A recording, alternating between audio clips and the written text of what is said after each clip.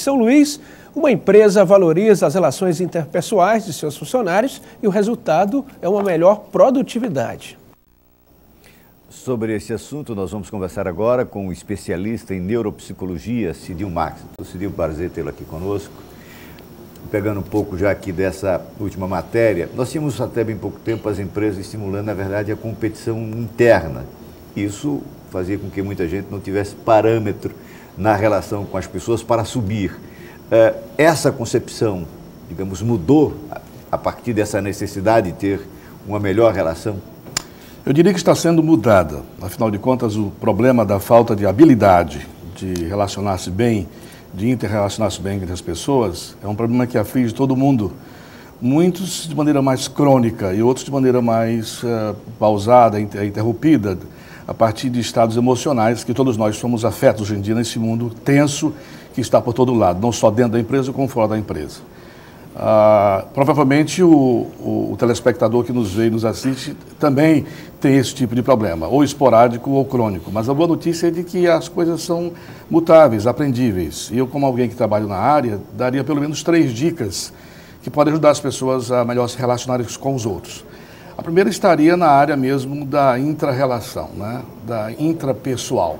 Ou seja, se eu não estou bem comigo mesmo, dificilmente eu vou conseguir me relacionar bem com os outros. Eu tenho que ter clareza, senão a confusão que está na minha cabeça, a instabilidade que está em mim, passa para o outro também, e isso provoca, com certeza, conflitos interpessoais.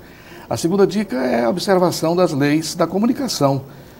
Hoje, por exemplo, sabe-se que a linguagem gestual comunica muito mais do que as palavras. Então, tudo que você diz e faz e emite pode influir nas suas relações interpessoais. E a terceira, mas não menos importante, é a empatia. Eu preciso muito, mas muito mesmo, como nunca na história do homem, a gente precisou se colocar no lugar do outro, porque está todo mundo armado, todo mundo com esta pressão que você falou, todo mundo muito armado. Então a competitividade interna existe, e isso é gatilho para conflitos interpessoais.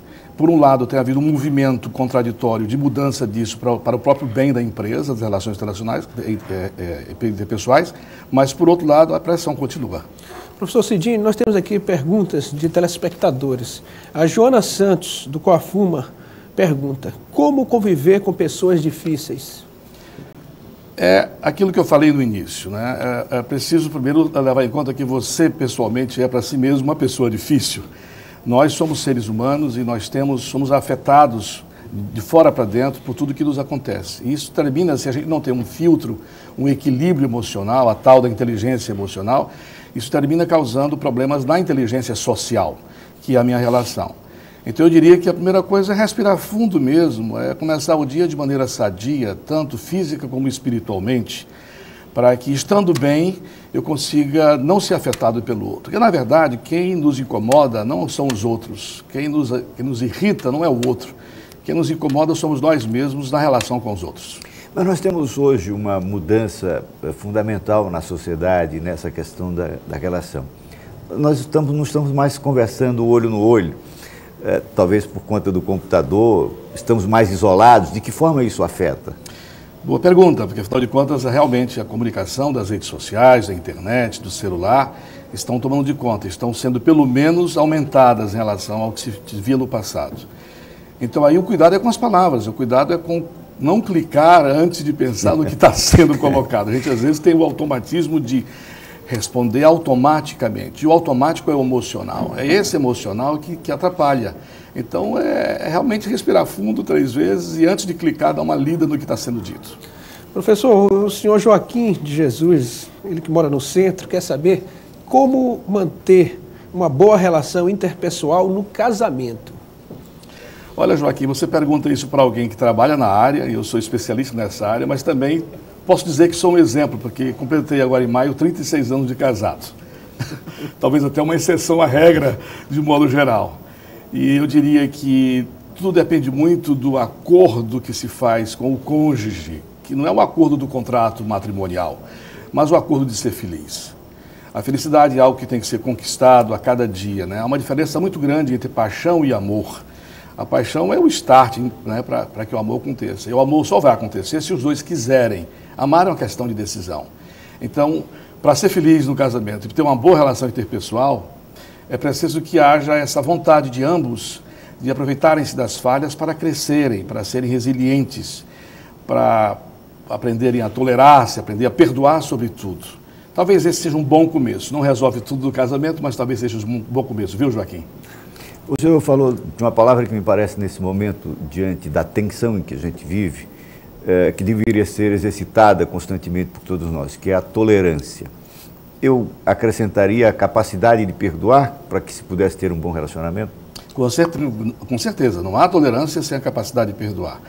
E é bom que se diga aqui que o perdão não é um perdão somente das pessoas para com as pessoas. O perdão verdadeiro começa da gente com a gente mesmo. E depois é que a gente tem que perdoar os outros. E tudo isso, claro, acobertado pelo perdão maior, que é o perdão de Deus, que é a fábrica, que é a fonte que nos dá a capacidade de reconhecer que a gente, de uma forma ou de outra, é culpado pelo que aconteceu. E que, apesar de ser culpado, nós temos o direito de errar. E tendo o direito de errar, temos que ter também o dever de perdoar, a nós e aos outros. A telespectadora Maria Gorete, do Anil, diz o seguinte: ela considera que a fofoca é o principal ruído que interfere nessa relação interpessoal. E quer saber a sua opinião. Com certeza, e a fofoca ela é originária dessa relação interpessoal. As pessoas que fofocam a vida dos outros, no fundo é porque não estão satisfeitas consigo mesmas. Elas projetam nos outros falhas que estão em si. Ou seja, nem sempre a fofoca está numa falha do outro, ela está numa falha talvez inconsciente de minha parte. Então, na verdade, resumindo, as relações interpessoais, para serem sadias, começam com relações intrapessoais sadias.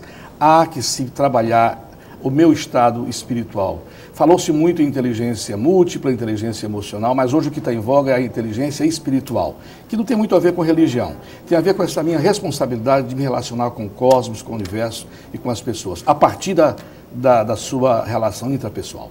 Muito obrigado por esses conhecimentos repassados aqui aos nossos telespectadores. Eu é que agradeço.